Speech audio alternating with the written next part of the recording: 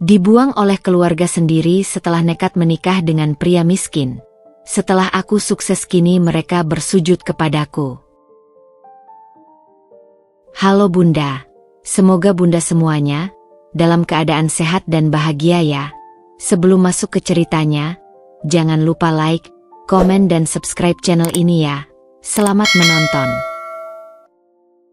Aku, Dinda, dengan tegas memilih untuk menikahi Mas Yogi, seorang pria sederhana yang hanya bekerja sebagai kuli bangunan. Keputusan itu tidak datang dengan mudah, tetapi aku yakin bahwa cinta kami lebih kuat daripada segala hal yang bisa dihitung dengan materi. Namun, kenyataannya, pilihan ini tidak diterima oleh keluargaku. Ayah, ibu, dan Kak Fitri, 3 orang yang selama ini menjadi tempatku bernaung, memandang rendah keputusan yang kuambil. Kamu mau mempermalukan keluarga? Dia bahkan tidak punya rumah. Teriak ayah, matanya merah menahan emosi. Aku bisa merasakan kemarahan yang membara di dadanya, seolah aku telah mengkhianati segalanya. Suasana di rumah menjadi tegang, penuh ketegasan yang menyesakkan. Aku menatap ayah dengan tegar, berusaha untuk menunjukkan bahwa aku sudah dewasa dan mampu membuat keputusan untuk hidupku sendiri. Aku tahu Mas Yogi tidak kaya, ayah, tapi dia bekerja keras dan mencintaiku dengan sepenuh hati. Itu lebih dari cukup bagi aku. Tapi jawaban itu hanya membuat ayah semakin marah. Ibu yang biasanya lembut pun kini ikut tersulut amarah. Mereka tidak bisa menerima kenyataan bahwa anak perempuan mereka, yang selama ini mereka banggakan, memilih untuk hidup bersama seorang pria yang dianggap tidak memiliki masa depan. Ibu bahkan berkata dengan suara tajam, "Kamu akan menyesal, Dinda. Kamu membuang masa depanmu sendiri." Kak Fitri, yang biasanya menjadi sosok pengertian di keluargaku, kini berdiri di samping orang tuaku, ikut menambah beban emosional yang sudah semakin berat. Kamu cuma menginginkan hidup yang penuh dengan kemiskinan dan penderitaan. Kenapa tidak berpikir jernih? Katanya, dengan nada penuh ejekan.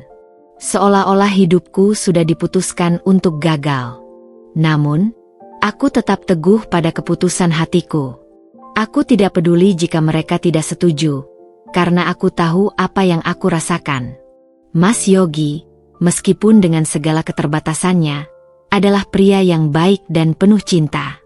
Dengan mata berkaca-kaca, aku berkata, "Jika kalian tidak bisa menerima kami, aku akan pergi. Tapi aku berharap suatu saat kalian bisa mengerti." Dan saat itu, aku benar-benar pergi. Aku meninggalkan rumah, meninggalkan kenyamanan yang dulu aku miliki, untuk hidup bersama Mas Yogi. Mereka mengusirku, dan kata-kata yang terlontar dari mulut ayah adalah kata-kata yang paling menyakitkan bagiku. "Pergi. Jangan kembali sampai kamu sadar." Aku melangkah keluar dari rumah dengan perasaan campur aduk. Ada rasa sakit, ada rasa takut, tapi di sisi lain, aku merasa lega. Keputusan untuk mengikuti hati kecilku ini membawa aku ke jalan yang berbeda. Jalan yang tidak mudah, penuh perjuangan dan pengorbanan. Tetapi aku yakin bahwa dengan cinta dan kerja keras, aku akan bisa melalui semuanya bersama Mas Yogi. Hari itu, aku memulai hidup baru di sisi Mas Yogi, tanpa dukungan keluarga, hanya berbekal keyakinan bahwa cinta yang kami miliki bisa mengatasi segala rintangan. Kami berdua memulai hidup yang sederhana, jauh dari kemewahan yang dulu pernah kuimpikan. Kami tinggal di sebuah gubuk reot di pinggiran kota, dengan dinding yang tampak rapuh dan lantai yang berlubang. Tapi di dalamnya, kami merasakan kehangatan cinta yang tumbuh seiring berjalannya waktu. Aku tahu ini adalah awal dari sebuah perjalanan panjang. Hidup kami tidak akan mudah, dan aku sudah siap untuk menghadapi segala rintangan yang datang. Aku hanya berharap, suatu hari nanti, keluargaku bisa melihat bahwa kebahagiaan bukan hanya tentang materi, tetapi tentang ketulusan dan usaha untuk bersama-sama membangun kehidupan. Hari-hari setelah meninggalkan keluargaku bukanlah hal yang mudah. Mas Yogi dan aku harus menghadapi kenyataan hidup yang jauh berbeda dengan apa yang pernah aku bayangkan. Kami tinggal di sebuah gubuk kecil di pinggiran kota, sebuah tempat yang tampaknya sangat jauh dari gambaran kehidupan yang kuimpikan. Gubuk itu tidak lebih dari sebuah bangunan sederhana dengan atap yang sudah mulai bocor dan dinding yang tampak rapuh. Namun, meski dengan segala keterbatasan itu, kami merasa ada kedamaian yang tidak bisa diukur dengan harta benda. Mas Yogi bekerja keras setiap hari, meskipun tubuhnya seringkali lelah dan kotor. Dia bekerja sebagai kuli bangunan, melakukan pekerjaan berat yang tak jarang membuatnya pulang dengan tubuh penuh debu dan luka-luka kecil akibat alat-alat yang dia gunakan. Aku bisa melihat betapa kerasnya dia berjuang untuk memberikan yang terbaik, bukan hanya untuk dirinya sendiri, tetapi juga untuk kami berdua. Dia selalu menyemangatiku, mengingatkanku bahwa setiap langkah kecil yang kami ambil akan membawa kami lebih dekat pada tujuan kami, meskipun kami tidak tahu pasti apa yang akan terjadi di masa depan. Sementara itu, aku memulai usaha kecil-kecilan untuk membantu kami bertahan hidup. Aku mulai berjualan kue keliling, menjajakan kue-kue buatan tanganku dari rumah ke rumah di sekitar kawasan tempat kami tinggal. Dengan modal seadanya, aku membeli bahan-bahan kue dari pasar yang harganya lebih terjangkau, dan meskipun penjualannya tidak selalu lancar, aku tetap berusaha keras agar bisa membawa pulang sedikit uang setiap hari. Rasanya, meskipun aku lelah, ada rasa puas yang tak tergantikan setiap kali aku bisa melihat pelanggan tersenyum setelah mencicipi kue buatanku. Tapi hidup kami tetap tidak mudah. Meski kami bekerja keras, setiap hari kami merasa seperti berada di ujung tanduk. Uang yang kami dapatkan tak pernah cukup untuk memenuhi semua kebutuhan. Dan seringkali, kami harus berhemat dengan cara yang sangat ketat. Aku sering merasa cemas tentang masa depan kami, tentang bagaimana kami bisa bertahan hidup di tengah ketidakpastian yang kami hadapi. Tetapi Mas Yogi selalu menenangkanku dengan kata-kata bijaknya. Dinda, kita tidak tahu apa yang akan terjadi esok, tapi kita bisa menjalani hari ini dengan penuh semangat.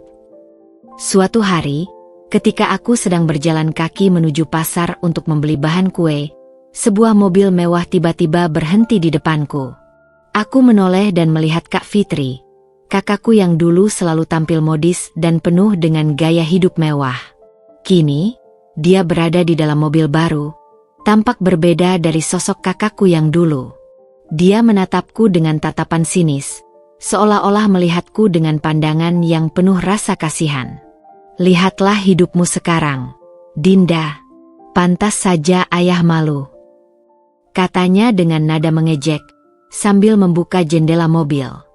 Aku menelan ludah, dan meskipun kata-kata itu sangat menyakitkan, aku berusaha untuk tetap tenang.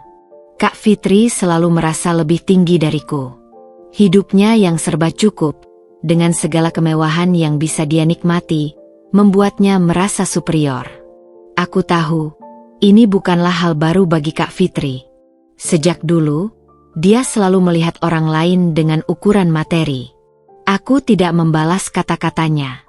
Hanya ada rasa sakit yang mendalam di hati, namun aku berusaha untuk tidak menunjukkannya.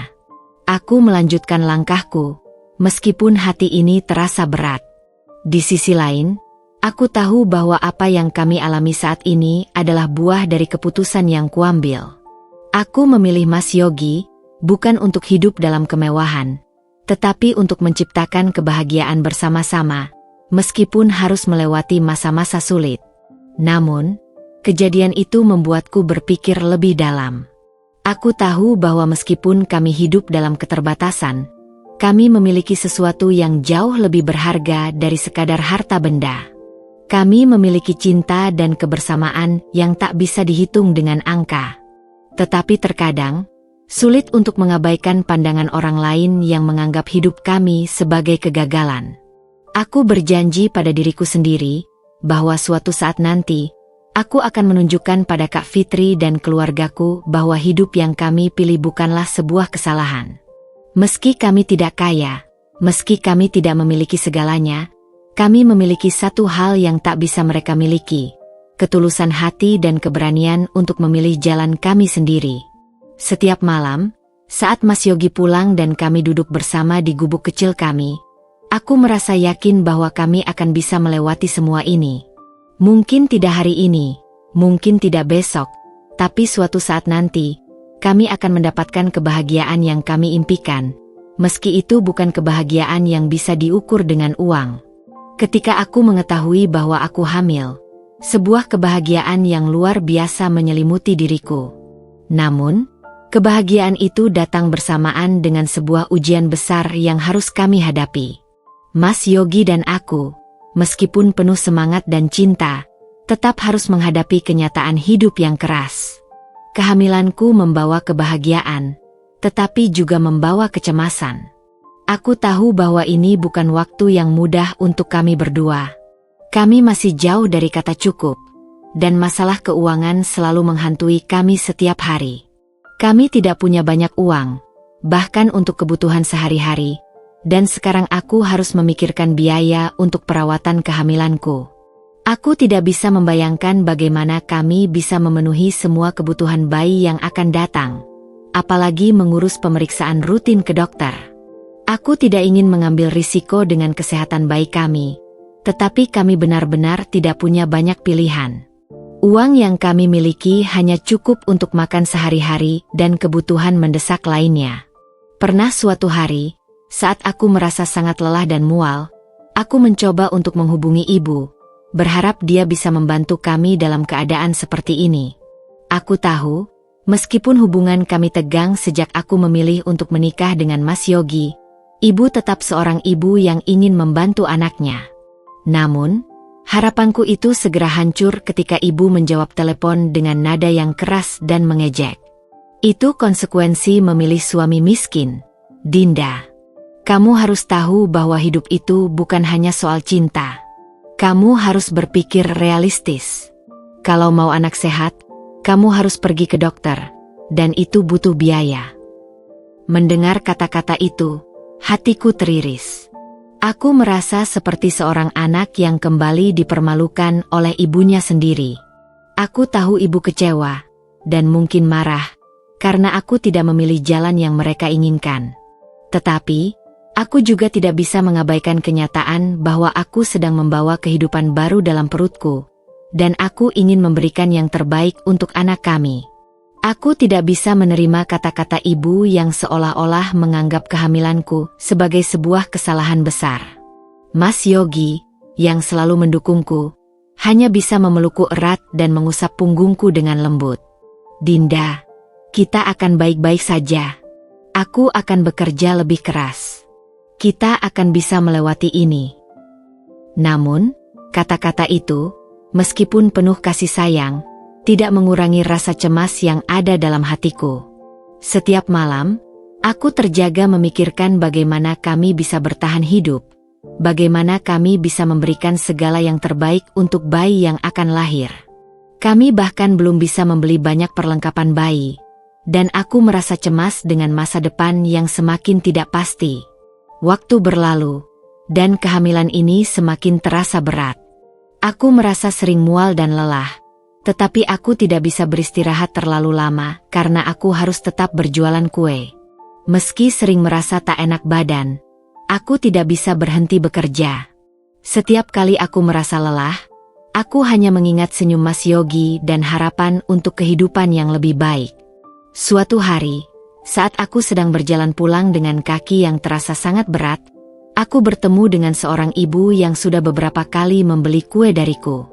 Ibu itu tersenyum ramah, memperhatikan aku yang tampak lelah dan dengan perut yang semakin besar. "Kamu hamil, Dinda?"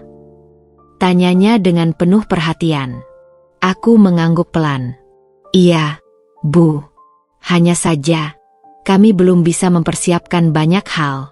Ibu itu mengangguk dan kemudian berkata dengan lembut, "Saya tahu hidupmu tidak mudah, Dinda. Tapi ingat, selalu ada harapan, selalu ada cara. Kalau perlu, aku bisa bantu dengan beberapa hal yang kamu butuhkan untuk persiapan kehamilan." Mendengar kata-kata itu, aku terharu.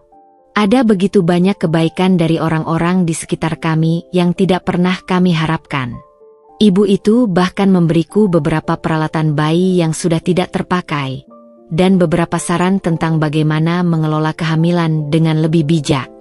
Perhatian kecil seperti itu memberiku kekuatan untuk terus berjuang.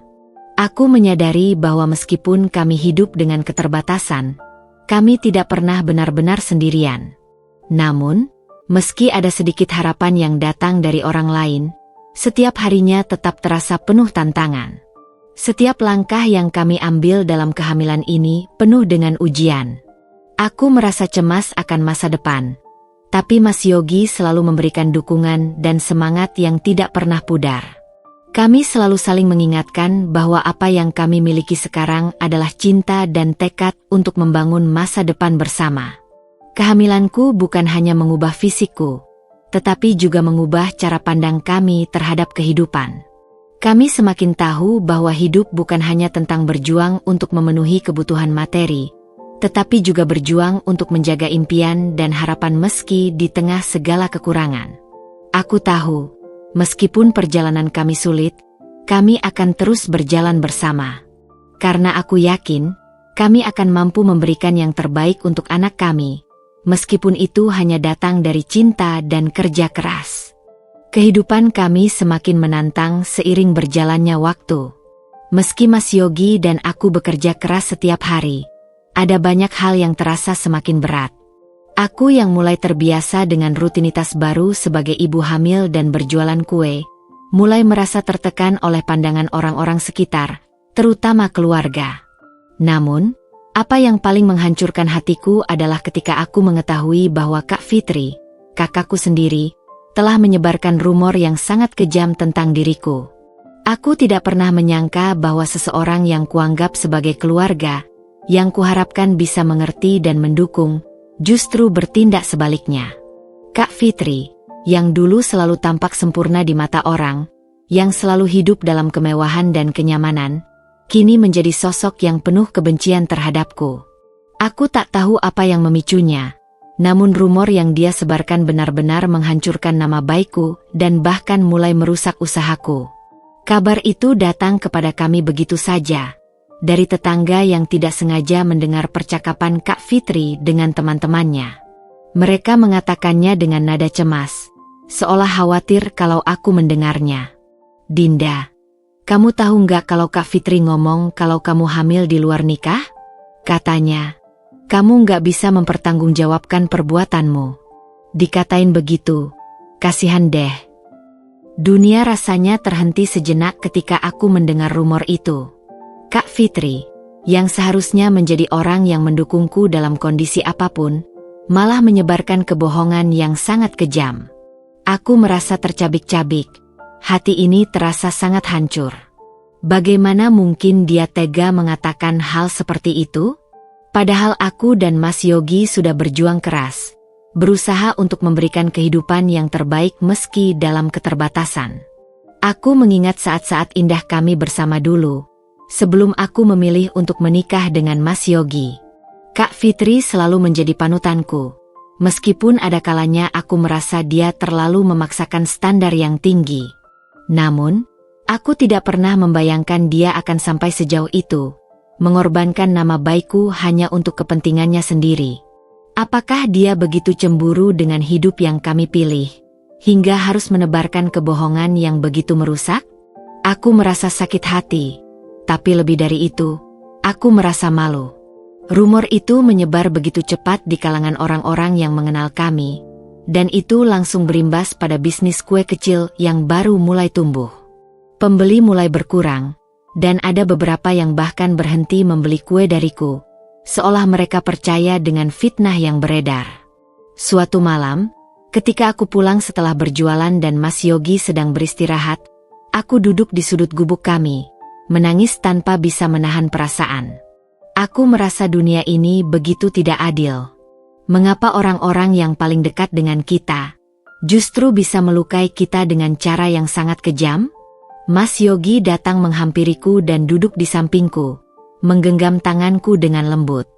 "Dinda, jangan biarkan ini menghancurkanmu. katanya dengan suara penuh keteguhan. Kak Fitri mungkin tidak mengerti, atau mungkin dia merasa cemas tentang hidup kita. Tapi kita tidak bisa biarkan kebohongan ini merusak hidup kita. Kita tahu siapa kita, dan yang terpenting adalah kita saling mencintai dan berjuang bersama. Mendengar kata-katanya, aku merasa sedikit tenang. Meski hatiku masih terluka, aku tahu bahwa Mas Yogi benar.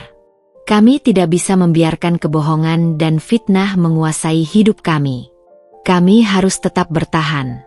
Aku harus belajar untuk lebih tegar dan lebih fokus pada masa depan kami.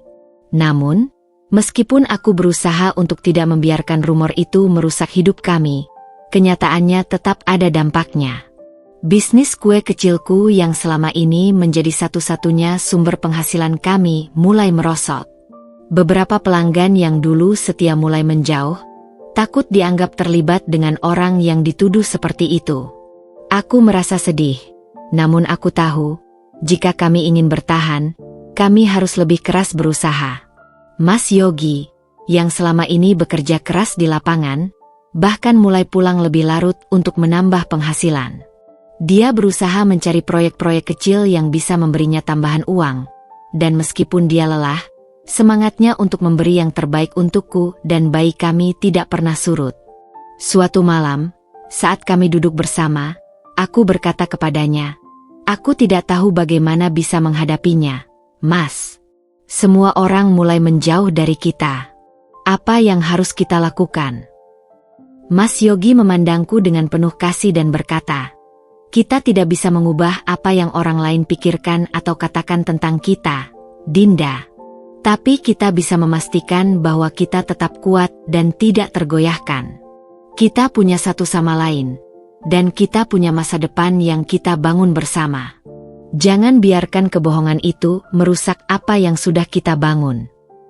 Aku mengangguk, mencoba menerima kenyataan bahwa fitnah itu mungkin tidak akan pernah hilang begitu saja. Namun, aku bertekad untuk tetap berjuang.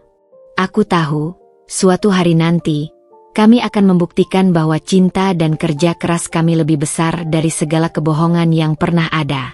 Kami tidak akan menyerah begitu saja hanya karena kata-kata jahat yang beredar.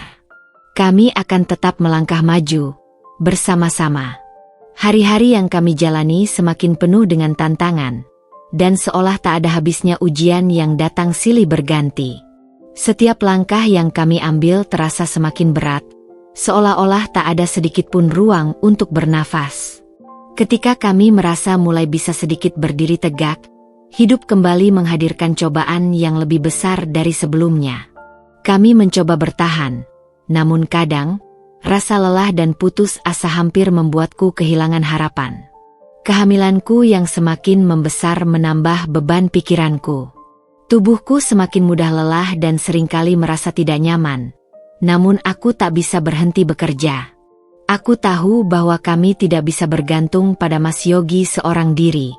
Aku berjualan kue seperti biasa, meski seringkali terbatuk atau terengah karena kelelahan. Bahkan saat hujan deras mengguyur dan aku harus berjalan kaki menjual kue, aku tetap bertahan. Tak ada pilihan lain, karena setiap sen yang kami dapatkan sangat berarti. Namun, hidup kadang tidak pernah memberi waktu untuk beristirahat. Aku mulai merasakan kontraksi yang semakin sering, tapi aku hanya bisa menahannya dengan menganggapnya sebagai hal biasa. Namun, suatu pagi, rasa sakit yang luar biasa datang begitu mendalam. Aku merasa tubuhku lemas, dan aku tahu sesuatu tidak beres. Aku memanggil Mas Yogi dengan suara tertahan, dan dia berlari secepat mungkin menuju ke sampingku. "Dinda, ada apa? Apa kamu baik-baik saja?" Tanyanya dengan panik. Matanya terbuka lebar melihat aku yang terkulai lemah. Aku hanya bisa memegangi perutku yang semakin terasa sakit.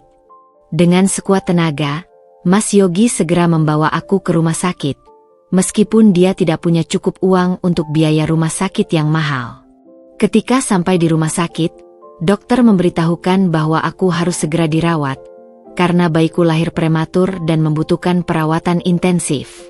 Aku merasakan betapa beratnya ujian ini, karena meskipun aku berusaha dengan sekuat tenaga untuk memberikan yang terbaik, terkadang hidup memang tidak memberi kita pilihan mudah.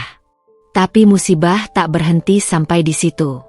Sementara aku terbaring di rumah sakit, Mas Yogi diberitahu bahwa kontrakan kami yang sudah kami tinggali selama beberapa bulan digusur karena pemiliknya ingin menjual tanah itu. Aku tahu bahwa Mas Yogi terkejut dan merasa sangat terpukul. Kami tidak punya tempat lain untuk tinggal, dan meskipun ada beberapa teman yang menawarkan bantuan, kami tidak bisa tinggal terus-menerus di rumah orang lain. Kami tahu kami harus mencari tempat baru untuk tinggal, tetapi dengan biaya yang terbatas, rasanya hampir tidak mungkin. Aku merasa begitu hancur. Bayi kami yang masih dalam inkubator, biaya rumah sakit yang terus menambah, dan sekarang, masalah tempat tinggal yang tak kunjung selesai. Aku merasa seperti terjebak dalam sebuah lingkaran kesulitan yang tak berujung. Kadang, aku merasa seperti tak punya kekuatan lagi untuk melangkah lebih jauh. Bagaimana bisa kami bertahan dalam keadaan seperti ini? Di mana harapan kami? Mas Yogi tidak membiarkan aku tenggelam dalam kesedihan. Dia terus berusaha keras mencari cara untuk mendapatkan uang tambahan. Pagi-pagi sekali dia pergi mencari proyek kecil yang bisa memberinya uang, dan malam hari, dia menemani aku di rumah sakit. Aku melihat wajahnya yang penuh kelelahan, namun tetap tersenyum. Meskipun tubuhnya sangat lelah, dia tetap memberikan yang terbaik, tanpa pernah mengeluh. Setiap kali aku merasa putus asa, Mas Yogi selalu ada untuk menguatkanku. Dinda, kita tidak bisa menyerah. Tuhan tidak akan memberikan ujian di luar batas kemampuan kita. Kita akan melewati ini bersama. Kata-katanya yang sederhana, namun penuh makna, memberi aku sedikit ketenangan. Aku tahu dia benar. Meski beban yang kami hadapi sangat berat, kami harus percaya bahwa ada jalan keluar, jika kami tetap berjuang dan tidak menyerah. Namun, di tengah-tengah segala kesulitan itu, aku merasa semakin terasing dari keluarga. Mereka tahu tentang kondisiku, tentang masalah yang kami hadapi, tapi seolah mereka tidak peduli. Aku tidak tahu apakah mereka masih merasa marah atau malu padaku karena memilih Mas Yogi, atau apakah mereka sudah melupakan kami sepenuhnya. Aku tidak pernah meminta bantuan mereka, meskipun aku sangat ingin merasa diterima. Tapi meskipun hatiku terluka, aku tahu aku tidak bisa bergantung pada orang lain lagi. Kami hanya punya satu sama lain, dan itu sudah cukup untuk memberikan kami kekuatan untuk bertahan. Akhirnya, setelah beberapa minggu yang penuh dengan ketegangan, aku dan Mas Yogi berhasil menyelesaikan masalah kami satu persatu. Bayi kami, yang lahir prematur, mulai menunjukkan tanda-tanda pemulihan, dan meskipun aku harus berhutang untuk biaya rumah sakit, kami bisa sedikit lega karena anak kami akhirnya bisa pulang ke rumah. Kami menemukan tempat tinggal baru, sebuah kontrakan kecil yang lebih murah, meskipun jauh lebih sederhana. Namun, setidaknya kami tidak harus tidur di luar, dan itu sudah cukup membuat kami merasa bersyukur.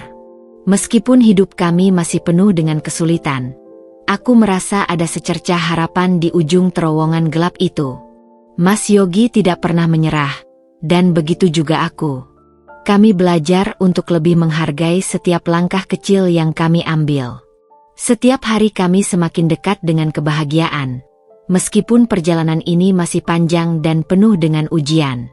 Tapi satu hal yang pasti, kami tidak akan pernah berhenti berjuang. Karena meskipun hidup ini penuh cobaan, kami selalu memiliki satu sama lain. Dan itu adalah kekuatan terbesar yang kami miliki. Kehidupan kami terasa seperti sebuah perjalanan tanpa henti yang penuh dengan rintangan. Meski kami sudah melalui banyak cobaan, ada kalanya aku merasa ada sedikit harapan yang muncul di tengah segala kesulitan. Seperti sebuah cahaya kecil yang perlahan semakin terang, meskipun kami tahu kami masih berada dalam kegelapan. Setelah melewati beberapa bulan yang penuh dengan perjuangan, sesuatu mulai berubah. Perubahan itu datang dengan cara yang tidak kami duga sama sekali. Mas Yogi, meskipun sering terlihat lelah dan hampir putus asa, tidak pernah berhenti mencari peluang. Aku melihat kegigihannya untuk terus berusaha agar kami bisa keluar dari keterpurukan ini. Beberapa bulan sebelumnya, dia sempat berbicara dengan seorang kontraktor besar yang sedang mencari pekerja untuk proyek renovasi rumah. Awalnya, Mas Yogi tidak terlalu berharap banyak karena pekerjaan itu tidak menawarkan bayaran yang besar. Tetapi dia tetap mengambil kesempatan itu. Saat itu, kami hanya bisa berharap proyek itu bisa memberikan sedikit tambahan penghasilan. Meskipun itu tampaknya tidak akan cukup untuk menutupi semua utang dan biaya yang kami miliki. Namun, apa yang terjadi selanjutnya sungguh di luar dugaan kami. Ternyata, kontraktor itu terkesan dengan pekerjaan Mas Yogi. Dia melihat dedikasi dan kualitas kerja yang luar biasa dari suamiku, bahkan dalam pekerjaan-pekerjaan kecil yang diberikan kepadanya. Mas Yogi bukan hanya sekadar pekerja, tetapi dia menunjukkan kejujuran, keterampilan, dan integritas yang jarang ditemukan. Itu membuat kontraktor tersebut menawarkan proyek yang lebih besar. Kami merasa seperti mendapat angin segar. Proyek pertama itu membuka pintu bagi proyek-proyek lainnya, dan penghasilan Mas Yogi mulai meningkat. Sementara itu, aku juga mencoba untuk memanfaatkan waktu yang ada dengan membuka toko kue kecil. Aku tahu, meskipun bisnis kueku sebelumnya terhambat oleh rumor dan masalah pribadi, aku tidak bisa menyerah begitu saja. Aku mulai mengubah strategi penjualan, berfokus pada pemasaran online, memanfaatkan media sosial untuk mempromosikan kue-kue buatanku. Dengan bantuan beberapa teman yang mendukung, bisnis onlineku mulai berkembang perlahan. Setiap hari, aku dan Mas Yogi bekerja lebih keras dari sebelumnya. Namun kami mulai merasakan buah dari kerja keras itu. Kami mulai dapat sedikit merasa lega. Keuangan kami, meskipun tidak sepenuhnya stabil, mulai bisa mengatasi beberapa kebutuhan dasar. Meskipun kami masih jauh dari kata kaya, kami mulai merasa bahwa kami sedang menuju arah yang benar. Tentu saja, meskipun ada tanda-tanda perbaikan, hidup kami belum sepenuhnya pulih. Masih ada banyak hal yang harus kami hadapi. Bayi kami, meskipun sehat, masih membutuhkan perawatan yang intensif karena kelahirannya yang prematur, dan biaya rumah sakit yang belum sepenuhnya terbayar menambah beban kami. Namun, perasaan bahwa kami tidak lagi terjebak dalam keterbatasan total memberikan kekuatan baru pada kami. Pentingnya langkah-langkah kecil yang kami ambil satu persatu semakin terlihat jelas. Setiap kali aku merasa kelelahan atau hampir putus asa, aku melihat perubahan kecil yang mulai terjadi di sekitar kami. Mas Yogi yang dulu sering pulang larut malam, kini dapat mengatur waktunya dengan lebih baik. Dia merasa lebih percaya diri karena proyek-proyek yang dia kerjakan semakin banyak, dan aku juga bisa mulai mempekerjakan 1-2 orang untuk membantu bisnis kue onlineku. Hari-hari kami tidak lagi dipenuhi oleh kecemasan yang terus-menerus. Meskipun masih ada ketidakpastian, ada secercah keyakinan bahwa kami bisa melewati semuanya. Aku melihat Mas Yogi yang mulai lebih rileks, meskipun tubuhnya masih tampak lelah. Senyum yang muncul di wajahnya semakin sering. Ada kebanggaan di matanya, sesuatu yang sangat langka di masa-masa sulit dulu. Namun, di balik semua itu, aku tahu bahwa kesuksesan kami tidak datang begitu saja. Itu adalah hasil dari perjuangan keras yang dimulai dengan langkah-langkah kecil. Itu juga hasil dari pengorbanan yang tiada henti, bahkan ketika kami merasa dunia ini tidak berpihak pada kami. Kami telah belajar untuk bersyukur atas hal-hal kecil, untuk menghargai setiap pencapaian meskipun itu mungkin terlihat sepele bagi orang lain. Keberhasilan kami bukanlah sebuah kejutan besar, tetapi sebuah rangkaian dari kerja keras dan kesabaran yang akhirnya membuahkan hasil. Satu hari, Mas Yogi pulang membawa kabar gembira. Dia baru saja mendapat tawaran kontrak besar yang akan memberi kami lebih banyak keuntungan. Dinda, aku dapat proyek besar. Kalau ini lancar, kita bisa punya rumah kita sendiri, bisa mulai nabung dengan lebih baik, dan bisa hidup lebih nyaman, katanya dengan senyum lebar. Saat itu, hatiku penuh dengan rasa syukur. Kami masih jauh dari kehidupan yang kami impikan. Tetapi untuk pertama kalinya, kami bisa melihat cahaya di ujung terowongan. Keberhasilan kecil ini memberikan kami keyakinan untuk melangkah lebih jauh. Aku merasa lebih percaya diri dengan bisnis kueku, dan Mas Yogi merasa lebih kuat dalam pekerjaannya. Kami tidak tahu apa yang akan terjadi di masa depan, tetapi satu hal yang pasti, kami kini memiliki lebih banyak harapan daripada sebelumnya. Kami memiliki satu sama lain, dan itu sudah cukup untuk membuktikan bahwa cinta, kerja keras, dan kesabaran akan membawa kami ke tempat yang lebih baik. Kami masih harus melalui banyak ujian, tetapi kali ini, kami melangkah dengan lebih banyak keyakinan.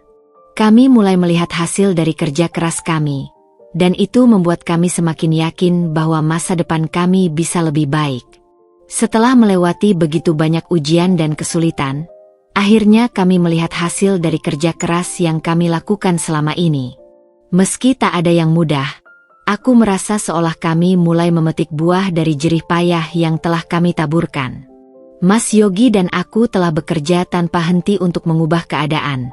Dan meski perjalanan kami masih jauh, kami sudah mulai merasakan bagaimana hidup ini perlahan-lahan berubah. Mas Yogi mendapatkan proyek-proyek yang semakin besar dan penting, yang tidak hanya memberikan pendapatan lebih besar, tetapi juga meningkatkan reputasinya sebagai pekerja yang dapat diandalkan. Kontraktor yang dulu memberinya proyek kecil mulai memberinya tanggung jawab yang lebih besar. Dan itu memberi kami peluang untuk menabung lebih banyak dan merencanakan masa depan. Aku pun tidak mau ketinggalan, berusaha semaksimal mungkin untuk meningkatkan bisnis kue online yang aku jalankan.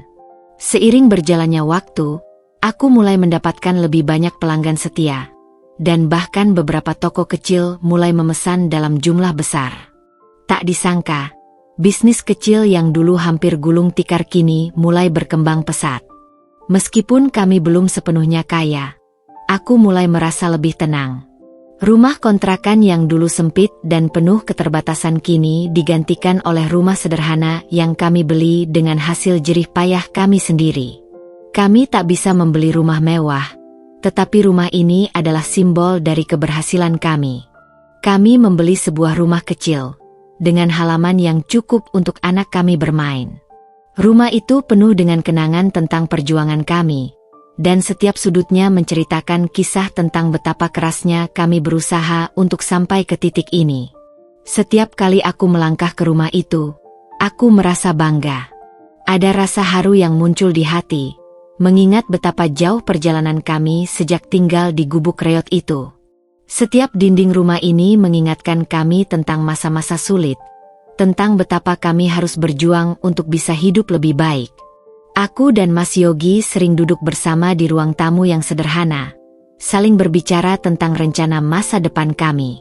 Kami tahu bahwa meskipun kami sudah punya rumah, masih banyak yang harus kami lakukan untuk mencapai kehidupan yang lebih baik. Namun, meskipun kami sedang merayakan sedikit keberhasilan, ada juga hal-hal yang masih belum bisa kami lupakan. Terutama keluargaku. Aku sering berpikir tentang mereka, tentang bagaimana mereka menganggap remeh pilihan hidup yang aku ambil, tentang betapa mereka masih memandang rendah kami meskipun kami kini sudah mulai sukses. Meskipun kami tak lagi tinggal bersama mereka, aku masih merasa perasaan berat itu mengganjal di hati. Tidak ada kata-kata maaf dari mereka, hanya penolakan dan kebanggaan yang terlihat palsu. Suatu hari, aku memutuskan untuk mengunjungi mereka. Aku tahu bahwa ini bukanlah hal yang mudah, tetapi aku ingin mencoba memperbaiki hubungan kami. Aku ingin menunjukkan bahwa hidupku bersama Mas Yogi tidaklah salah, bahwa meskipun kami hidup dalam keterbatasan, kami memiliki cinta, kerja keras, dan kebahagiaan yang tidak bisa mereka dapatkan dengan kemewahan semata. Aku ingin mereka tahu bahwa kami telah membangun sesuatu yang indah dengan cara kami sendiri, tanpa bergantung pada kekayaan atau status sosial. Namun, saat aku sampai di rumah orang tuaku, suasana terasa jauh dari hangat. Kak Fitri, yang dulu selalu mendukungku, justru menyambutku dengan tatapan yang penuh keraguan. "Kamu datang ke sini untuk apa, Dinda?" katanya dengan nada sinis. Kamu pikir hidup kalian lebih baik sekarang, tapi tetap saja, kalian bukan siapa-siapa. Hanya orang kaya baru. Aku menahan sakit hati mendengar kata-kata itu. Aku sudah berharap bahwa mereka akan menyambutku dengan lebih baik, tetapi kenyataannya jauh dari harapanku. Mereka tidak pernah benar-benar mengerti perjuangan yang kami lakukan untuk sampai ke titik ini. Semua yang kami lakukan dianggap remeh dan dianggap tidak pantas. Meskipun begitu, aku tetap mencoba untuk bersabar. Kak, aku hanya ingin kita semua baik-baik saja. Aku tahu kita punya perbedaan, tapi aku ingin kita bisa saling memahami, kataku dengan suara lembut.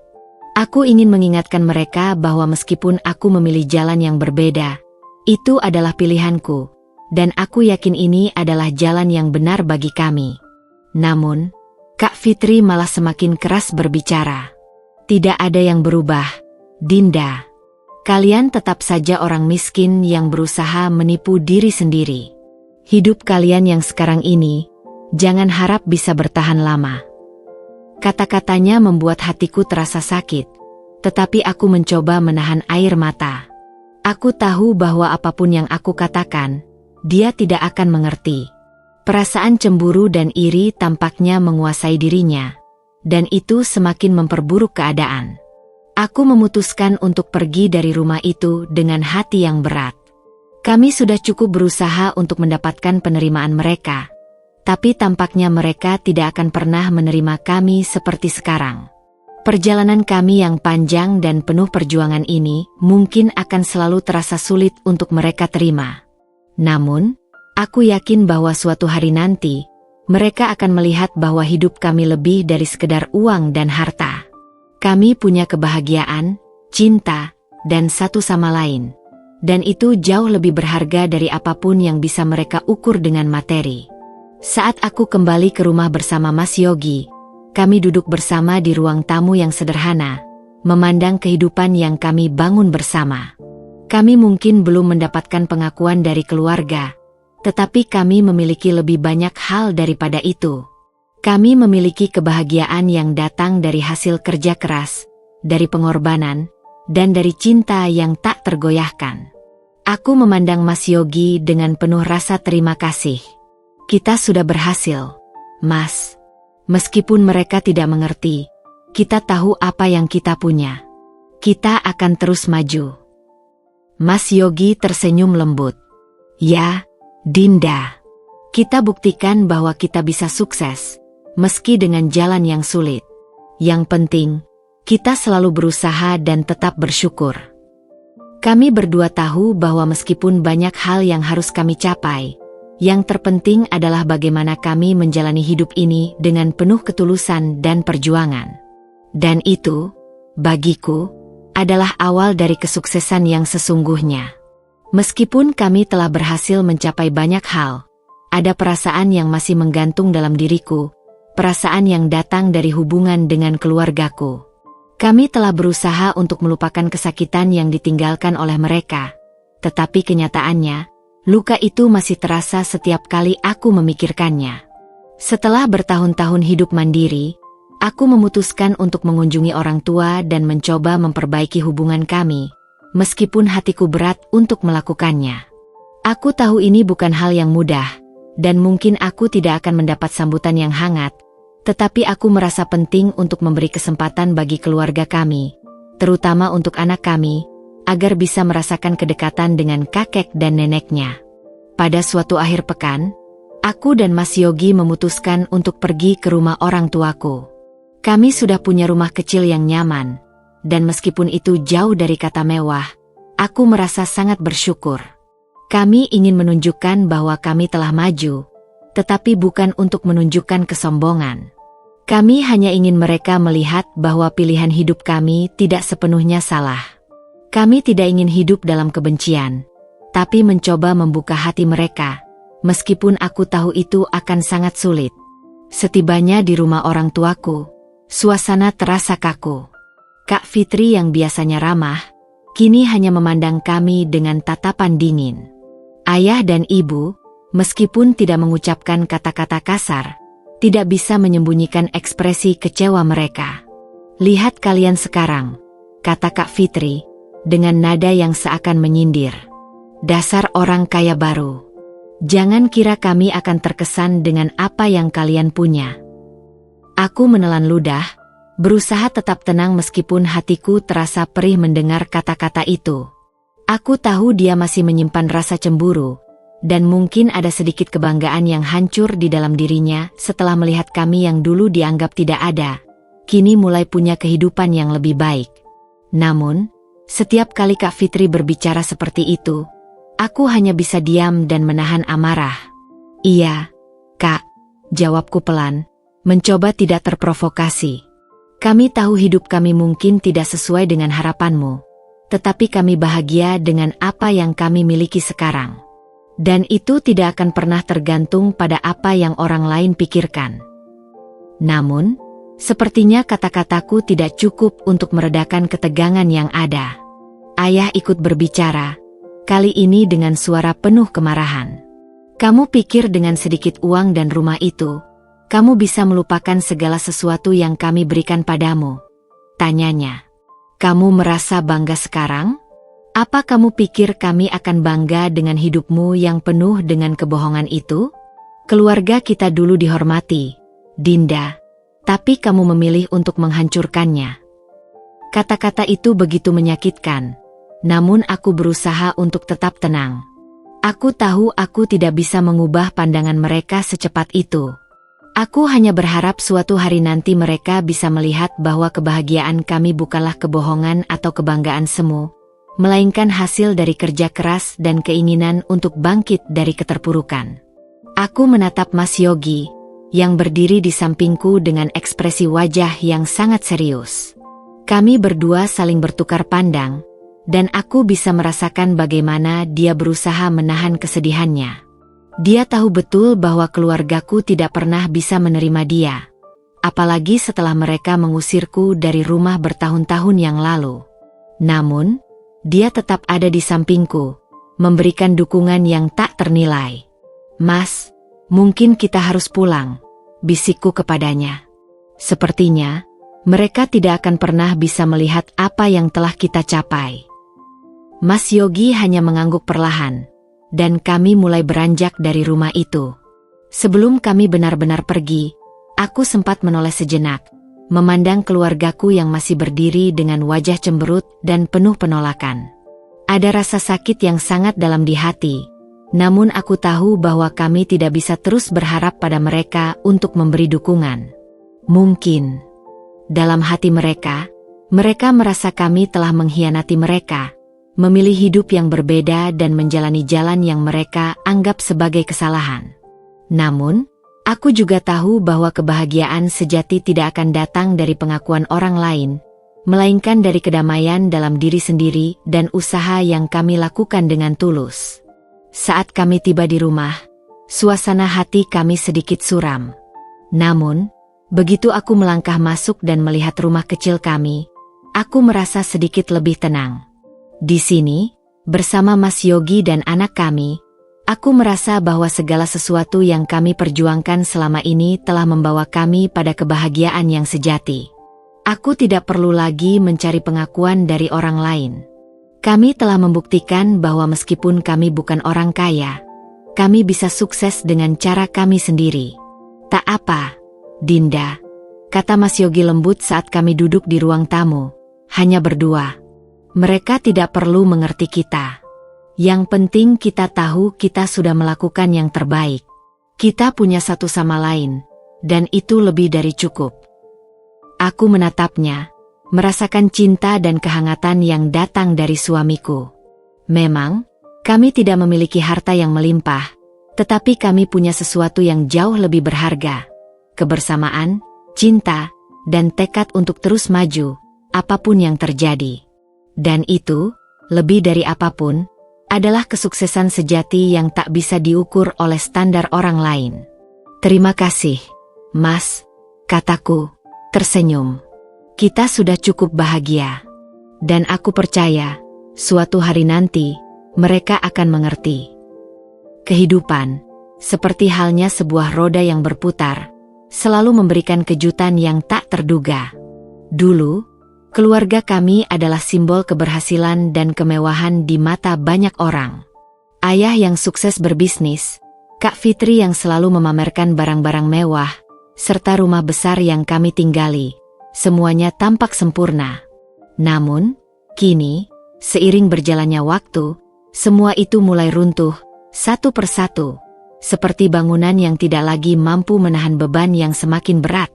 Semuanya bermula dengan kebangkrutan yang menimpa ayah. Dalam sekejap, segala bentuk keberhasilan yang dulu dia banggakan runtuh akibat investasi bodong yang dia ikuti. Aku tahu betul betapa ayah sering bercerita tentang bagaimana dia dengan cermat memilih peluang investasi yang menguntungkan. Dia begitu percaya pada bisnis yang baru saja dia jalani. Tetapi sayangnya, semua itu hanyalah ilusi belaka.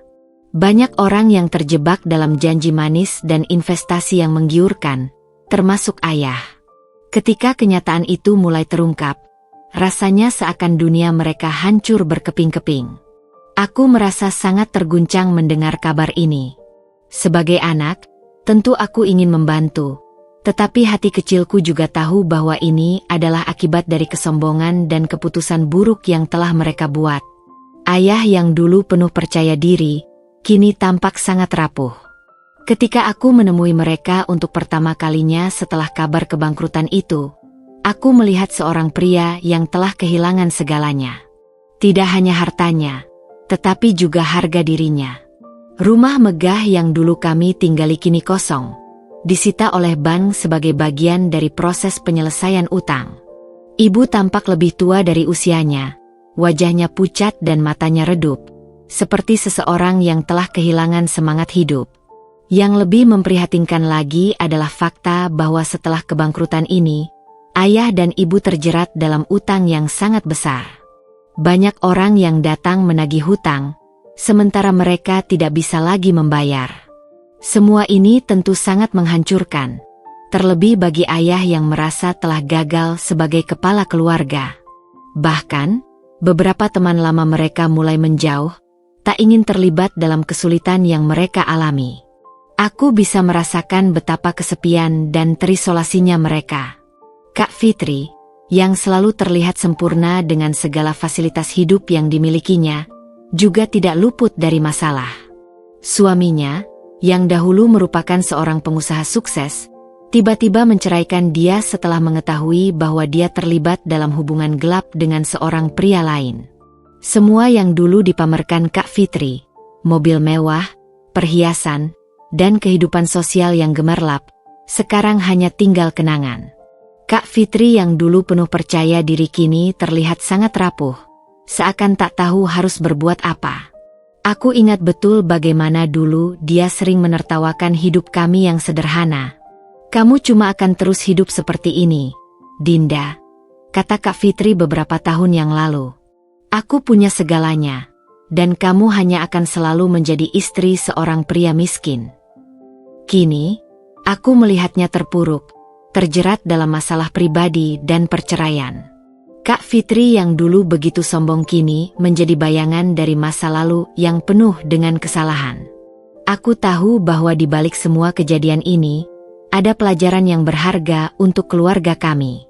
Kehidupan yang dulu tampak sempurna ternyata penuh dengan tipu daya dan kebohongan. Mereka yang selalu merendahkan kami kini harus menerima kenyataan pahit bahwa tidak ada yang bisa bertahan dengan kesombongan dan ketamakan. Semua yang mereka anggap penting kini hancur, dan mereka hanya bisa melihatnya dari kejauhan. Aku merasa bingung dan terombang-ambing dengan perasaan ini. Aku tidak bisa mengabaikan begitu saja apa yang terjadi pada mereka, meskipun mereka telah banyak menyakiti kami. Di sisi lain, aku juga merasa bahwa mereka harus belajar untuk menghadapi akibat dari pilihan-pilihan mereka. Tetapi, di sisi lain, mereka tetap orang tua dan keluarga yang telah memberi banyak hal dalam hidupku. Ketika aku melihat ayah yang dulu begitu bangga, sekarang harus bergulat dengan rasa malu dan penyesalan, aku merasa sedikit kasihan.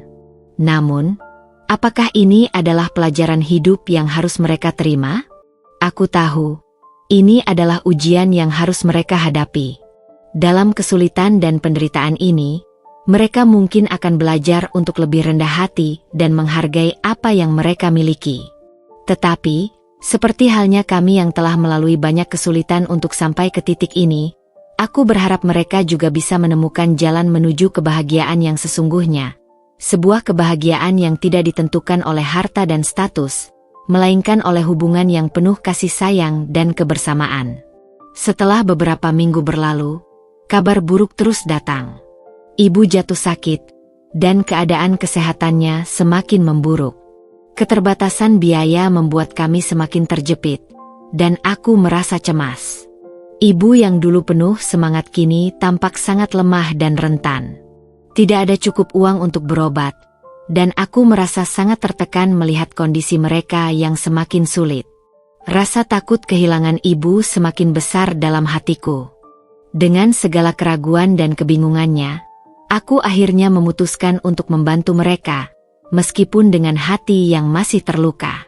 Aku tahu, tidak ada jalan lain selain memberi mereka kesempatan untuk memperbaiki keadaan mereka.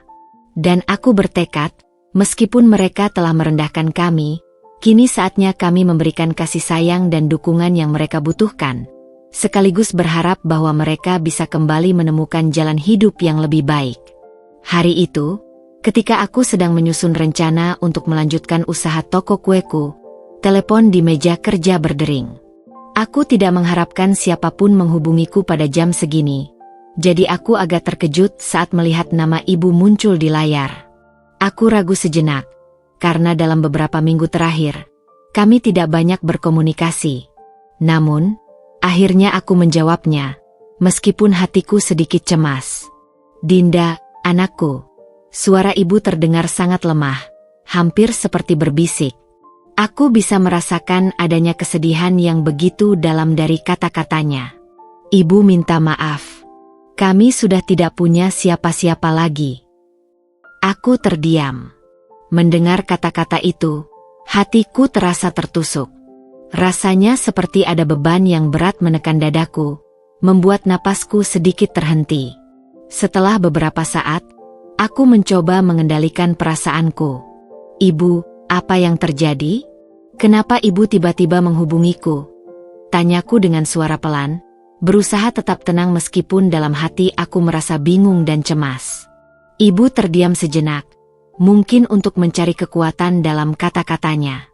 Ayah sudah bangkrut dan jatuh sakit. Dinda, kami tidak punya uang lagi. Kami sudah kehilangan semuanya. Rumah, bisnis, bahkan kami tidak bisa membayar pengobatan ayah dan ibu. Kami benar-benar terpuruk." Suara ibu terdengar semakin lemah, dan aku bisa merasakan betapa dalamnya perasaan penyesalan yang sedang dia rasakan. Air mataku mulai jatuh perlahan. Aku tahu, meskipun hubungan kami dengan keluarga telah rusak, mereka tetap orang tuaku. Mereka yang telah membesarkanku, memberi segala yang mereka bisa selama ini, meskipun seringkali dengan cara yang salah. Sekarang, ketika mereka berada dalam kesulitan yang luar biasa, aku merasakan sebuah perasaan yang sangat mendalam. Rasa sakit hati yang selama ini terpendam terasa sedikit meleleh, seiring dengan kesedihan yang ibu alami. Aku tidak tahu harus berkata apa, Ibu. Tapi aku akan membantu. Aku tidak akan biarkan kalian menderita seperti ini, jawabku dengan suara gemetar, meskipun perasaan aku begitu bercampur aduk. Di satu sisi, aku merasa marah dan kecewa atas apa yang telah mereka lakukan padaku selama bertahun-tahun. Tapi di sisi lain, aku tahu bahwa ini adalah saatnya untuk membantu mereka, terutama ibu yang sedang sakit. Ibu menangis di ujung telepon. Dinda, ibu benar-benar menyesal. Kami tidak tahu apa yang telah kami lakukan. Kami terlalu sombong, terlalu egois. Dan sekarang, ibu merasa sangat terisolasi. Tidak ada yang bisa membantu kami. Ibu tahu selama ini kami telah menyakitimu. Tapi tolong, anakku, kami benar-benar membutuhkanmu. Kata-kata ibu menyentuh hatiku. Aku merasa terombang-ambing antara rasa sakit yang lama dan keinginan untuk menolong mereka. Aku tahu bahwa aku harus memaafkan mereka, tetapi pada saat yang sama, aku juga ingin mereka mengerti betapa sakitnya kami selama ini. Aku menghela napas panjang, mencoba untuk menguatkan diri. Ibu, aku tidak bisa mengubah masa lalu. Tapi aku ingin kalian tahu, aku sudah memaafkan kalian. Dan aku akan membantu. Tidak ada yang lebih penting sekarang selain kesehatan ayah dan kebahagiaan kalian. Jawabku dengan penuh keteguhan. Setelah beberapa detik hening, ibu berbicara lagi. Suara terdengar lebih lega. Terima kasih, Dinda, terima kasih. Kami tidak tahu lagi harus kemana. Ibu akan sangat bersyukur jika kamu bisa membantu. Mendengar kata-kata itu, aku merasa terharu. Aku bisa membayangkan betapa tertekannya mereka saat itu, saat merasa tak ada lagi jalan keluar. Kebanggaan yang dulu begitu membara dalam diri mereka kini hancur, dan mereka harus menghadapi kenyataan pahit. Namun, aku tahu bahwa ini adalah momen yang tepat untuk memberi mereka kesempatan kedua. Kehidupan telah mengajarkan kami banyak hal, dan meskipun kami merasa dikhianati, ini adalah waktu yang tepat untuk menunjukkan kasih sayang, tidak hanya untuk mereka, tetapi juga untuk diri kami sendiri. Aku kemudian berbicara dengan Mas Yogi, menceritakan seluruh percakapan yang baru saja aku lakukan dengan ibu. Dia diam sejenak, mendengarkan dengan penuh perhatian. Setelah beberapa detik, dia berkata, "Dinda, ini memang keputusan yang tidak mudah. Tapi kita harus ingat bahwa meskipun mereka telah membuat banyak kesalahan, mereka tetap keluarga. Jika kita bisa membantu mereka, itulah yang harus kita lakukan. Kita tidak boleh membiarkan kesombongan dan kebencian menghalangi kita untuk melakukan hal yang benar." Aku mengangguk pelan. Aku tahu dia benar. Ini bukan hanya tentang keluarga, tetapi juga tentang memaafkan dan memberi kesempatan bagi orang lain untuk berubah. Aku tidak bisa membiarkan rasa sakit hati yang lama terus menghalangi langkah kami ke depan. Segera setelah itu, aku menghubungi rumah sakit tempat ayah dirawat. Aku mengatur pembayaran untuk pengobatan ayah dan memastikan bahwa dia mendapat perawatan yang dibutuhkan. Rasanya hati ini sedikit lebih lega, meskipun aku tahu ini baru permulaan. Masih banyak hal yang perlu diselesaikan, dan aku harus memastikan bahwa keluarga kami bisa mendapatkan dukungan yang mereka butuhkan. Beberapa hari kemudian, aku dan Mas Yogi mengunjungi keluarga kami. Ibu dan ayah tampak sangat terkejut melihat kami datang, apalagi dengan bantuan yang kami berikan. Mereka tidak bisa mengungkapkan betapa bersyukurnya mereka. Ibu yang dulu selalu bangga dan angkuh kini tampak sangat lemah. Namun matanya berbinar ketika melihat kami datang. "Dinda, Mas Yogi, terima kasih. Kami benar-benar tidak tahu harus bagaimana," kata ibu dengan suara terharu. Ayah yang terbaring di tempat tidur hanya bisa mengangguk dan menatap kami dengan mata penuh penyesalan. "Anakku, ayah sangat menyesal. Ayah tidak tahu apa yang telah terjadi pada diriku dulu. Ayah terlalu fokus pada materi, pada kesombongan, dan ayah melupakan yang terpenting. Terima kasih, Dinda. Terima kasih sudah mengingatkan kami tentang apa yang benar." Kata-kata ayah membuat hatiku semakin terharu. Aku tahu, meskipun semuanya terlambat, mereka mulai menyadari kesalahan mereka. Mereka akhirnya mengerti bahwa kebahagiaan sejati tidak bisa dibeli dengan uang atau status sosial. Memaafkan mereka bukanlah hal yang mudah, tetapi saat ini, aku tahu bahwa memberi mereka kesempatan untuk berubah adalah hal yang paling penting. Di tengah percakapan yang mengharukan itu, aku merasa bahwa kebencian dan rasa sakit yang selama ini ada perlahan mulai menghilang. Kami mungkin tidak bisa mengubah masa lalu, tetapi kami bisa merajut masa depan yang lebih baik bersama-sama. Malam itu, setelah kami pulang dari kunjungan ke rumah orang tuaku, aku duduk termenung di ruang tamu, memandangi pemandangan luar jendela yang tampak tenang. Namun, dalam pikiranku, perasaan yang jauh lebih gelisah sedang berkecamuk. Keputusan untuk membantu keluarga yang selama ini telah banyak menyakiti kami bukanlah hal yang mudah. Aku merasa seolah berada di persimpangan jalan, ragu-ragu antara melanjutkan perjalanan hidup kami tanpa mereka, atau memberikan mereka kesempatan untuk berubah, meski itu berarti membuka luka lama yang belum sepenuhnya sembuh. Mas Yogi duduk di sebelahku, memegang tanganku dengan lembut. Dinda, aku tahu ini bukan keputusan yang mudah buatmu. Kamu merasa berat. Aku bisa lihat itu. Suaranya penuh pengertian. Aku melihat wajahnya yang penuh ketenangan, namun aku tahu, dia juga merasakan kesulitan yang sama. Tapi kita sudah memutuskan untuk membantu mereka. Memaafkan itu lebih mulia. Dinda, ini bukan hanya tentang mereka, tetapi juga tentang dirimu. Tentang melepaskan beban yang selama ini kamu simpan. Aku menundukkan kepala, mencoba mencerna kata-kata Mas Yogi. Sejujurnya, meskipun aku tahu dia benar, hatiku masih berat. Aku teringat kembali semua kata-kata pedih yang pernah terlontar dari mulut keluarga, terutama Kak Fitri yang selalu menganggap hidup kami sebagai hidup yang terbuang. Mereka dulu selalu meremehkan Mas Yogi, suami yang kucintai, hanya karena status sosialnya. Mereka tidak pernah melihat kami dengan mata hati, selalu menilai berdasarkan materi dan prestise. Semua itu menyakitkan, dan meskipun aku tahu, mereka sudah merasa hancur dan menyesal, aku tidak bisa menutupi perasaan itu begitu saja. Mas Yogi meraih wajahku, mengangkat daguku agar aku menatapnya. Aku tahu kamu terluka, Dinda. Tapi jika kita terus menyimpan sakit hati, kita justru akan membiarkan itu menguasai hidup kita. Ini tentang memberi mereka kesempatan, bukan untuk mereka, tapi untuk kita. Untuk kita belajar memaafkan dan bergerak maju. Aku menghela napas panjang. Aku tahu, Mas. Tapi ada bagian dalam diriku yang masih marah.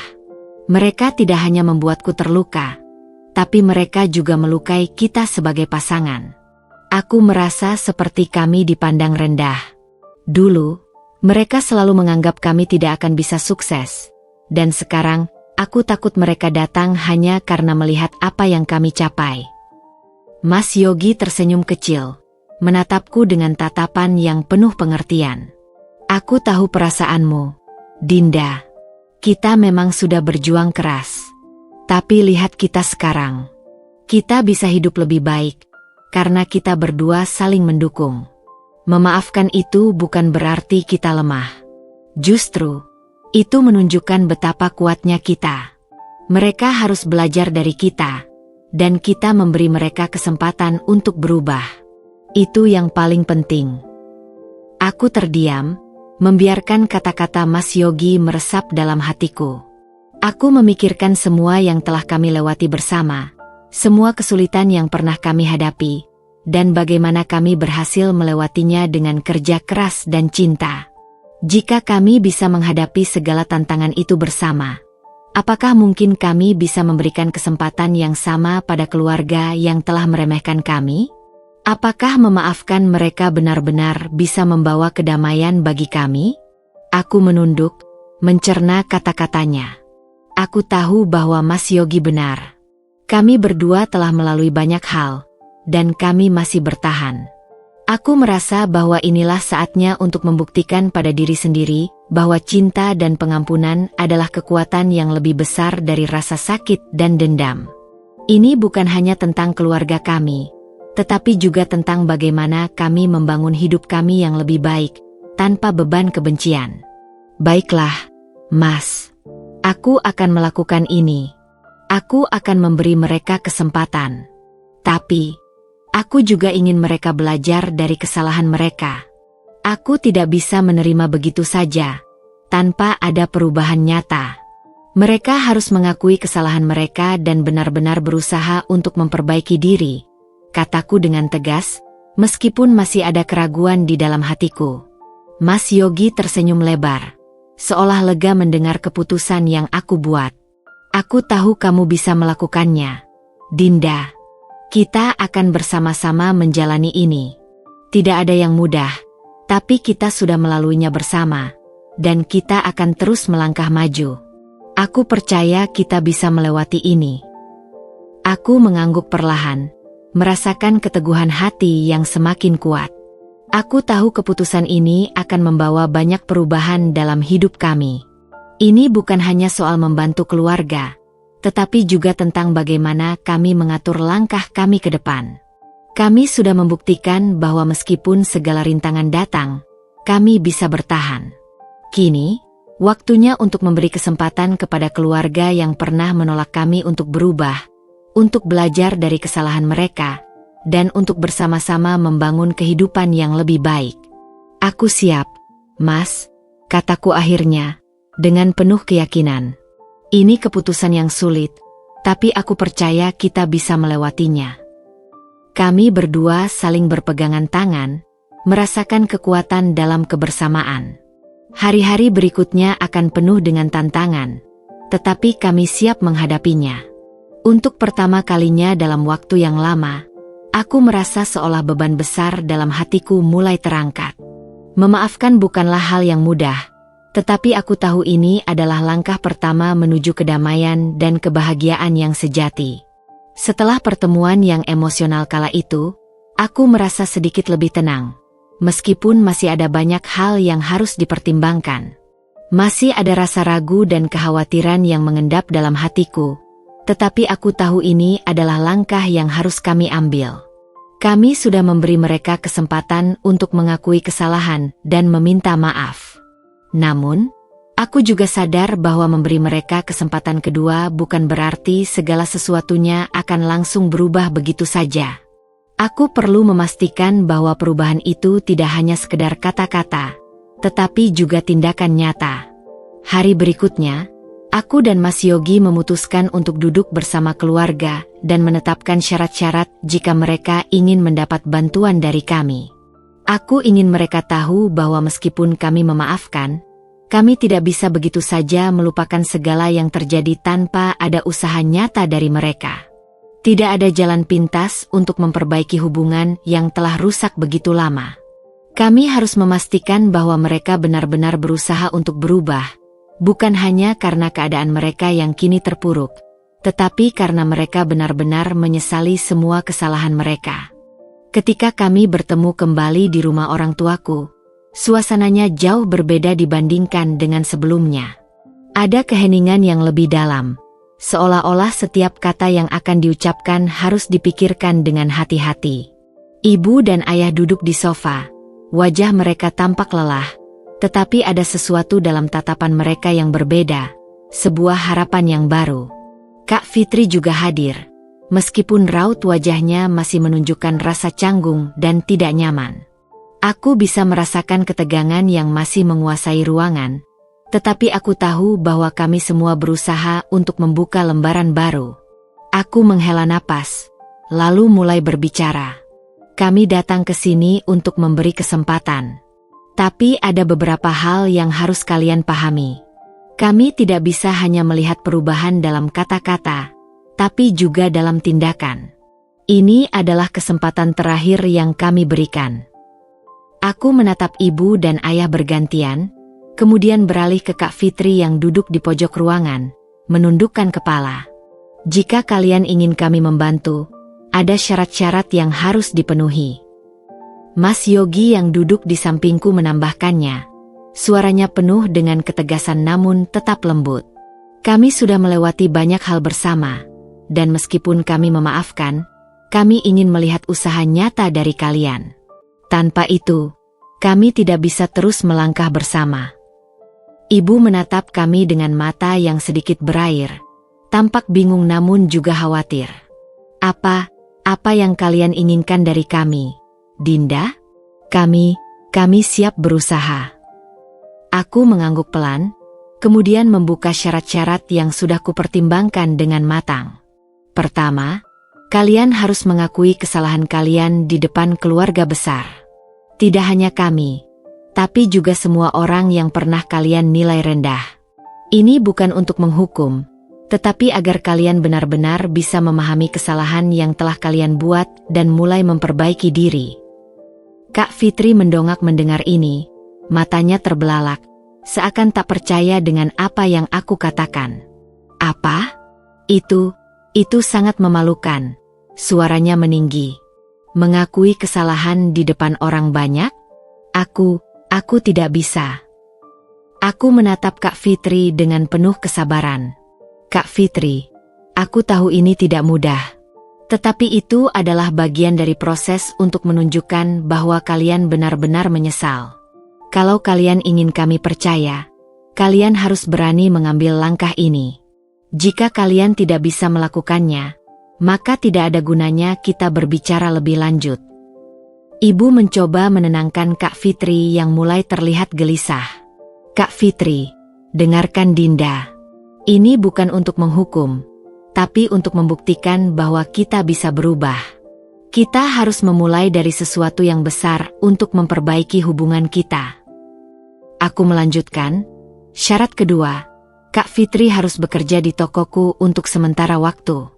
Tidak perlu untuk selamanya, tapi itu penting sebagai cara untuk menebus kesombongannya selama ini. Kak Fitri harus belajar menghargai pekerjaan dan usaha yang dilakukan oleh orang lain, terutama Mas Yogi, yang dulu selalu dianggap rendah oleh kalian. Kak Fitri terlihat semakin gelisah, dan aku bisa melihat dia menahan perasaan di dalam dirinya. Aku bekerja di toko kue, tapi itu pekerjaan rendahan. Dinda, aku sudah terbiasa dengan hidup yang lebih baik, dengan gaya hidup yang mewah. Kamu tahu sendiri kan, aku tidak bisa hanya mengerjakan hal-hal seperti itu. Mas Yogi yang sejak tadi mendengarkan, akhirnya berbicara. Kak Fitri, pekerjaan itu bukan soal tinggi atau rendahnya pekerjaan, tapi soal usaha dan hati. Dulu, aku juga merasa kecil dan tak berarti, tetapi sekarang aku bisa bekerja keras untuk membangun hidup yang lebih baik. Tidak ada pekerjaan yang lebih rendah kalau dikerjakan dengan niat yang baik. Justru, dengan kerja keras, kita akan tahu apa arti sebenarnya dari perjuangan. Kak Fitri diam, merenung. Aku bisa melihat kebingungannya, namun di matanya, ada sebuah keraguan yang perlahan mulai muncul. Aku akan coba, Dinda. Tapi aku tidak janji bisa langsung nyaman. Ibu dan ayah yang duduk diam, akhirnya mengangguk. Kami akan mendukung, Kak Fitri, kata ibu dengan suara yang lemah. Kami sudah banyak salah, dan kami akan melakukan apa saja untuk memperbaiki semuanya. Aku menatap mereka dengan penuh harapan, meskipun masih ada rasa keraguan yang mengganjal. Terakhir, kalian harus menghargai Mas Yogi. Aku tahu kalian pernah meremehkannya, tapi sekarang dia adalah bagian dari keluarga ini. Kami sudah membangun hidup kami dengan susah payah, dan kalian harus belajar untuk melihatnya bukan hanya sebagai suami Dinda, tetapi sebagai pria yang berusaha keras untuk keluarganya. Ibu dan ayah terdiam, tampak berpikir dalam. Kak Fitri menghela napas panjang. Sepertinya masih ragu, tetapi ada perubahan dalam dirinya yang sedikit lebih lembut. Baik, Dinda. Akhirnya Kak Fitri berkata pelan. Aku akan berusaha.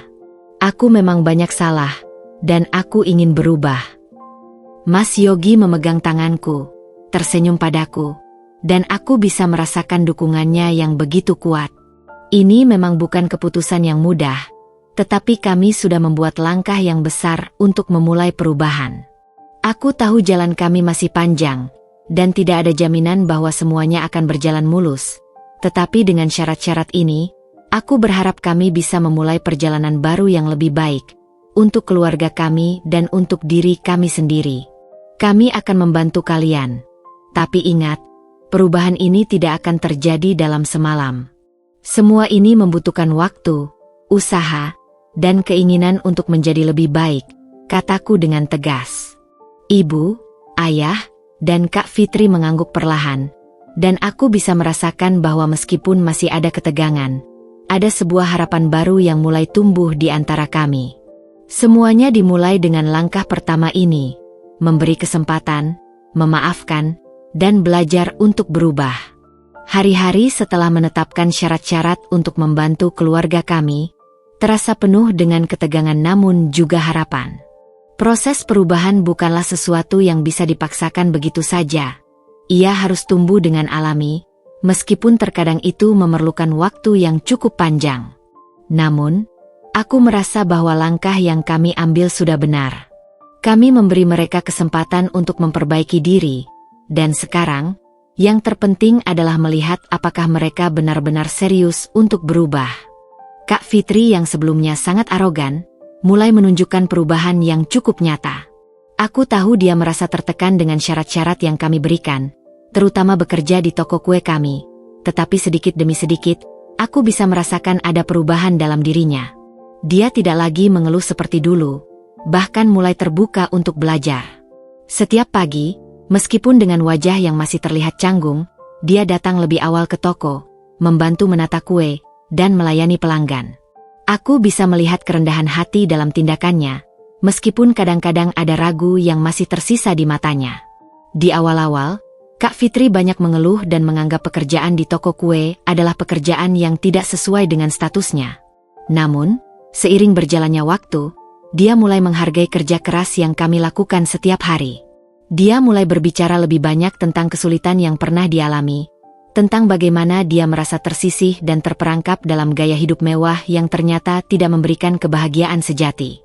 Hal itu membuatku semakin percaya bahwa dia sedang berusaha untuk berubah. Ayah dan ibu juga tidak kalah menunjukkan perubahan.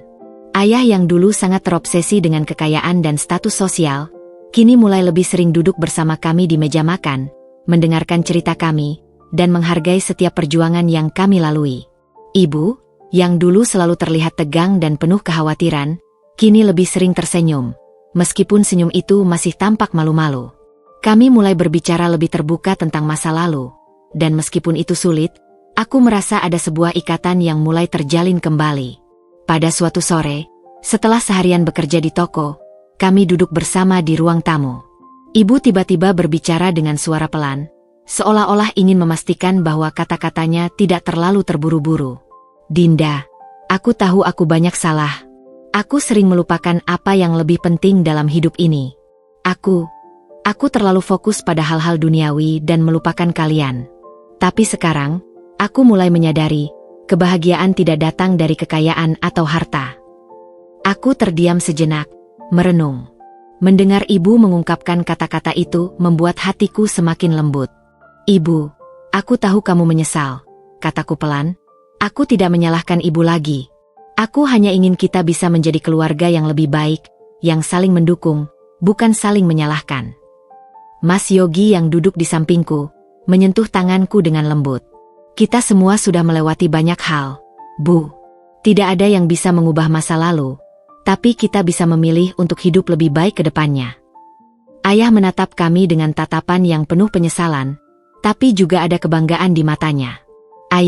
Ayah juga ingin berubah, Dinda. Ayah tahu ayah sering membuat keputusan yang salah, dan ayah tidak pernah memikirkan konsekuensinya. Ayah hanya terlalu terburu-buru mengejar kekayaan tanpa memikirkan hubungan kita sebagai keluarga. Ayah berjanji, ayah akan belajar untuk lebih menghargai apa yang sudah kita miliki. Mendengar pengakuan ayah membuat hatiku semakin berat, tetapi juga penuh harapan. Tidak mudah untuk mengubah kebiasaan yang sudah tertanam begitu lama, tetapi langkah pertama sudah mereka ambil. Proses ini tidak akan instan, tetapi kami semua kini tahu bahwa kami sedang bergerak ke arah yang lebih baik. Kehidupan kami mulai terasa lebih seimbang. Toko kue kami semakin berkembang, dan meskipun Kak Fitri masih merasa canggung, dia sudah mulai berbicara dengan pelanggan lebih ramah dan santai. Ayah membantu kami dengan beberapa proyek renovasi rumah yang perlu dilakukan, dan bahkan ibu mulai memikirkan cara-cara untuk mengelola keuangan keluarga yang lebih bijak. Kami seperti sebuah tim kecil yang semakin solid, bekerja bersama, saling mendukung, dan belajar dari kesalahan-kesalahan masa lalu. Tentu saja, masih ada banyak rintangan yang harus kami hadapi. Tidak ada perjalanan yang sempurna tanpa cobaan. Namun, aku merasa bahwa kami kini memiliki dasar yang lebih kuat untuk saling mengerti dan menghargai satu sama lain. Proses perubahan memang tidak pernah mudah, tetapi langkah demi langkah, aku melihat keluarga kami kembali menemukan jalan untuk bersatu. Hari demi hari, keluarga kami semakin terbuka satu sama lain. Kami mulai berbicara tentang masa depan dengan harapan yang lebih cerah. Mas Yogi dan aku sering duduk bersama di sore hari, berbincang tentang mimpi-mimpi kami yang masih ingin kami capai, tentang keluarga yang lebih harmonis, dan tentang kehidupan yang lebih sederhana namun penuh makna. Kami tahu, perjalanan ini bukan tentang mencapai kesempurnaan, tetapi tentang terus berusaha untuk menjadi lebih baik.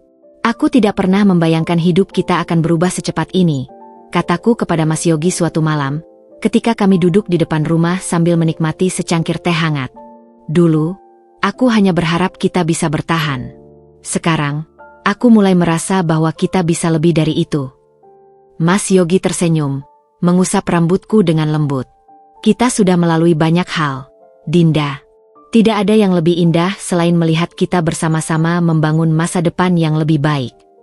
Dan saat itu, aku tahu bahwa apa yang kami miliki sekarang adalah hasil dari perjuangan yang penuh dengan cinta, pengorbanan, dan pengampunan. Kami masih jauh dari kata sempurna, tetapi kami sudah berada di jalan yang benar. Perubahan memang memerlukan waktu, tetapi kami siap untuk terus berjalan bersama, menghadapi setiap tantangan dengan hati yang penuh harapan. Kini, hubungan kami dengan keluarga besar semakin harmonis. Kami tidak lagi saling menyalahkan atau menyimpan dendam. Kami belajar untuk memaafkan dan memberikan kesempatan untuk tumbuh bersama. Kami tahu bahwa masa depan tidak selalu bisa diprediksi, tetapi yang terpenting adalah bagaimana kami memilih untuk menjalani hidup, dengan penuh kasih, penuh pengorbanan, dan dengan komitmen yang kuat. Pada malam itu, setelah makan malam, kami duduk bersama di halaman rumah, menikmati udara malam yang sejuk. Mas Yogi merangkulku dengan lembut, dan kami melihat ke langit yang dihiasi bintang-bintang. Dinda, aku tahu kita masih punya banyak yang harus dikerjakan, tetapi aku merasa bahagia dengan apa yang kita miliki sekarang. Aku percaya, kita akan terus melangkah maju, apapun yang terjadi. Aku tersenyum, merasa damai dengan segala yang telah kami capai. Aku juga, Mas. Kita telah membuktikan bahwa tidak ada yang lebih penting selain cinta dan kerja keras. Kita sudah melalui begitu banyak, dan kita bisa melakukannya lagi. Dengan hati yang penuh kebahagiaan dan harapan, aku dan Mas Yogi menatap masa depan kami yang lebih cerah. Kami tahu bahwa kebahagiaan sejati bukanlah tentang pencapaian materi, tetapi tentang bagaimana kami menjalani hidup dengan penuh rasa syukur, kasih sayang, dan komitmen. Dan saat itu, aku merasa bahwa kebahagiaan yang sempurna adalah saat-saat seperti ini, bersama orang yang aku cintai, berbagi perjalanan hidup yang penuh makna.